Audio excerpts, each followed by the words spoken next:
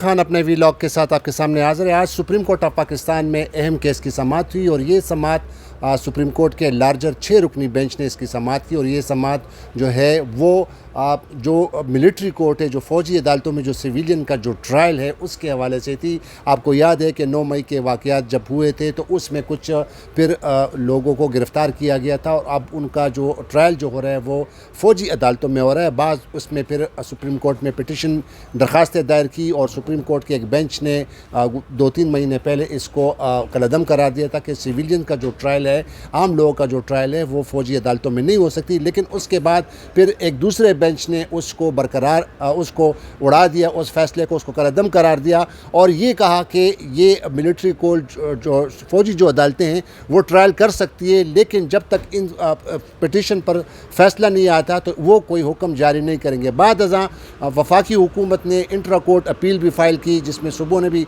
Intra court appeal file की और उस पर आज समाअत हुई। 6 रुकनी बेंच, लार्जर बेंच ने इसकी समाअत की। समाअत जो है वो अब 28 मार्च तक मुलतवी कर दी गई है। समाअत जो है वो 28 मार्च तक मुलतवी कर दी गई और अब बाकायदा तौर पर अटॉर्नी जनरल को ये जो है डायरेक्शन दी गई है कि हमें बाकायदा तौर पर अब बताएं कि अब तक कितने लोगों का ट्रायल हो चुका है, कितने लोगों को कन्विक्ट किया जा चुका है, कितनों को सज़ा हुई है। तो इस हवाले से आज जो समाअत जो थी, इस वक्त मेरे साथ सुप्रीम कोर्ट के बहुत सीनियर वकील हैं शुमाइल अहमद भट्ट साहब, ये जो शोहदा फाउंडेशन है उसमें भी एक दरख्वास्त गुजार थे, उसको रिप्रेजेंट कर रहे हैं। तो शुमाइल अहमद भट्ट साहब से पूछेंगे कि आज की ये जो कार्रवाई है और आज का जो क्रस्ट है वो क्या हो सकता है सुप्रीम कोर्ट ऑफ पाकिस्तान का। जी, बहुत शुक्रिया मौका देने के लिए।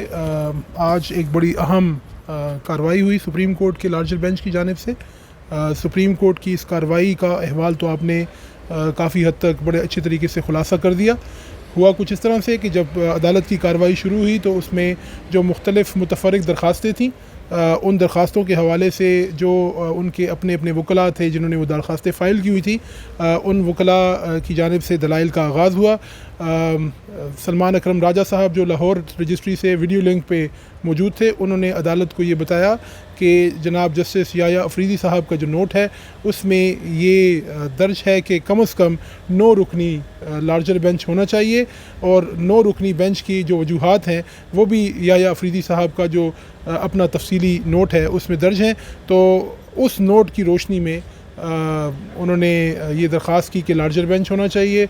वो भी जज साहब जो जज साहबान थे उन्होंने उसकी उस दरख्वास्त को सुना। दीगर कुछ जो भंडारी साहब और दीगर लोग थे उनकी तरफ से भी लार्जर बेंच के हवाले से बात हुई। तो जजेस ने उस पर यह रिमार्क दिया कि एक तो आज के तारीख़ में चूँकि प्रैक्टिस एंड प्रोसीजर एक्ट का नफाज हो चुका है तो बेंच की तश्कील जो है वो कमेटी का काम है। तो इस किस्म की कोई दरख्वास्त अगर कमेटी को दी गई है तो वो मुनासिब फ़ोरम था। अब ये बेंच चूँकि कमेटी ने फॉर्म किया है तो बेंच ग़ालिबन ज़्यादा इंक्लाइंड नहीं नज़र आया कि वो इसमें इसकी बेंच की फॉर्मेशन में किसी किस्म की तब्दीली करें। इसके बाद दीगर कुछ और मुतफ़र्रिक़ दरख्वास्तें भी थीं जिसमें प्राइवेट वकला के हवाले से कुछ एतराज़ात थे, उस के ऊपर भी बेंच ने कोई ख़ास रद्द-ए-अमल का इज़हार नहीं किया। फिर बाद में अटॉर्नी जनरल साहब को रोस्ट्रम पे बुलाया गया और उन्हें कहा गया कि अदालत की ये ख्वाहिश है कि जो अटॉर्नी जनरल ने यकीन दहानी कराई थी कि पिछली कुछ तारीख़ों में कि कुछ लोगों को जिनकी सज़ा या तो उन्हें जो बरी हो सकते हैं या उनकी सज़ा इतनी कम होगी कि वो जो वक्त उन्होंने गुजार लिया है उसमें पूरी हो जाएगी, तो उन लोगों की रिहाई का बंदोबस्त हो सके। जिस पे अटॉर्नी जनरल ने बताया कि चूँकि अदालत ने फ़ाइनल फ़ैसला करने से रोक रखा है इसलिए जो कोर्ट मार्शल्स हैं वो फ़ैसला नहीं कर सके अभी तक।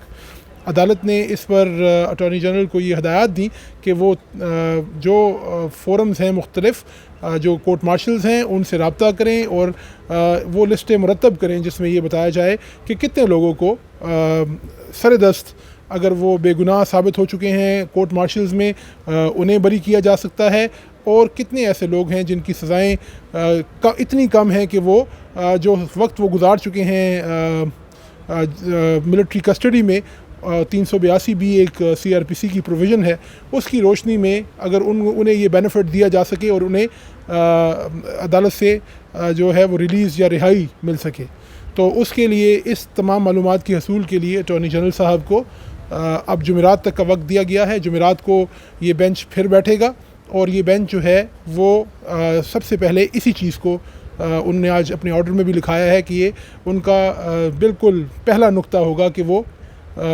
इस हवाले से क्या पेशरफ्त हुई है। अच्छा भट्ट साहब, एक बुनियादी सवाल जो कि बेंच के एक रुकन शाहिद वहीद साहब ने, जस्टिस शाहिद वहीद साहब ने उठाया कि चूँकि ये तो फेडरल सब्जेक्ट है, फेडरल ने बाकायदा पहले पिटीशन भी फ़ाइल की थी, अब ICA इंट्रा कोर्ट अपील भी फ़ाइल की है, तो इसमें ये सूबों का क्या मामला है कि सूबों वाले ने भी इनमें बाकायदा ICAs फ़ाइल की हैं, तो इसके हवाले से आप क्या कहेंगे? क्योंकि ये जो सवाल तो वैसे बड़ा वैलिड बनता है। देखें, ज़्यादा बेहतर जवाब तो उन सूबों के अपने जो एडवोकेट जनरल साहिबान हैं वो, या जो उनके प्राइवेट वकील हैं वो दे सकेंगे। लेकिन मेरी जो कम फहम या कम दानिश में जो बात आती है वो ये है कि देखें, ये जितने भी लोग हैं, ये सूबों के क्रिमिनल जस्टिस सिस्टम से गुज़र के इनको इनकी कस्टडी दी गई है मिलिट्री अथॉरिटीज़ को। तो और जो रेलेवेंट ATC कोर्ट्स हैं उन्होंने CRPC की एक प्रोविज़न के नीचे 549 के नीचे ये कस्टडीज़ दी हैं। तो ग़ालिबन सूबों का शायद इसमें ये नुक्ता नज़र होगा कि वो अपने उस फ़ैसले की जस्टिफिकेशन के लिए ये अपील उन्होंने दायर की हैं। लेकिन बहरहाल इसका ज़्यादा बेहतर जवाब तो उन सूबों के जो भी उनके वकील होंगे या जो भी उनको उस वक्त उनकी कानूनी रिप्रेजेंटेशन करेंगे वो दे सकेंगे। इसका ये भी हो सकता है ना कि ये जो एलिजिबली जो मुल्ज़िमान हैं, जो कि जिन पे ये इल्ज़ाम है कि वो उन्होंने ये 9 मई के वाक़यात में जो हल्ला गुल्ला किया तो, और ये सारा, तो हो सकता है कि इसमें बहुत सारे सूबों के लोग भी शामिल हों, ज़रूरी नहीं है कि वो फेडरल से हों, किसी का पंजाब से हो। नहीं, वो तो यकीनन हर मेरे ख्याल में फेडरल में तो बहुत कम लोग होंगे। ज़्यादातर जो ये जो 103 लोगों की लिस्ट है उसमें ज़्यादातर पंजाब और खैबर पख्तूनख्वा के लोग हैं। अच्छा, खैबर पख्तूनख्वा की बात आपने की। खैबर पख्तूनख्वा की जानिब से आज एडिशनल एडवोकेट जनरल पेश, उन्होंने कहा कि हम विड्रॉ कर रहे हैं। जी बिल्कुल। उनका जो कौसर अली शाह साहब हैं एडिशनल एडवोकेट जनरल, उन्होंने यही अदालत को बताया कि शायद गालिबन उन्होंने अपनी कैबिनेट से रब्ता किया है और कैबिनेट की अप्रूवल के बाद वो इसको विड्रॉ करेंगे। तो जिस पे अदालत ने उनको कहा कि आप बाकायदा से दरख्वास्त दें और फिर उसके बाद वो विड्रॉल होगी। अच्छा, एक और बुनियादी सवाल ये है कि भट्ट साहब कि जो कोर्ट ने कहा, जस्टिस अमीनुद्दीन साहब ने, कि अगर इनकी सज़ाएँ ज़्यादा हो गई, मतलब 3-4 साल से या 2 साल से ज़्यादा हो गई, तो उसको फिर हम सस्पेंड करेंगे। इसके हवाले से आप देखिए, वो तो अब अदालत का उनकी अपनी सवाबदीद है, उनकी अपनी डिस्क्रेशन है कि वो क्या फ़ैसला करते हैं। कानून में बहरहाल ये प्रोविज़न 426 CRPC के तहत मौजूद है कि जो एपलेट कोर्ट होती है उसके पास ये इख्तियार होता है कि वो किसी भी सज़ा को मुअत्तल कर सके जब तक कि कार्रवाई अपील की जारी है। लेकिन यहाँ पे हम सुप्रीम कोर्ट में हैं, तो सुप्रीम कोर्ट के पास अदरवाइज़ भी आर्टिकल 187 है आइन का, जिसके तहत पूरा इंसाफ करने का इख्तियार मौजूद है। तो वो जैसे उसको मुनासिब समझेंगे, वो उनकी अपनी सवाबदीद है। बहुत शुक्रिया भट्ट साहब। जी नाज़रीन, तो ये था आज का हवाल, और अब दूसरे वीलॉग में आपको बताएंगे एक और भी केस हुआ सहाफ़ियों के हवाले से। तो अब देखते हैं कि 28 मार्च को अब अटॉर्नी जनरल साहब को बाकायदा टाइम दिया है कि 28 मार्च यानी जुमेरात को वो फिर बाकायदा रिपोर्ट जमा कराएंगे कि अब तक जो सिविलियंस का जो ट्रायल हुआ उनमें से कितने लोगों को सज़ाएँ हुई, कितने का ट्रायल हुआ, कितने को बरी किया गया। तो एक मुकम्मल तौर पर एक मुकम्मल चार्ट फराम करेंगे। तो एक और वीडियो में दोबारा आपके सामने हाज़िर होंगे। तब तक के लिए इजाज़त दीजिए। खुदा हाफ़िज़। पाकिस्तान जिंदाबाद।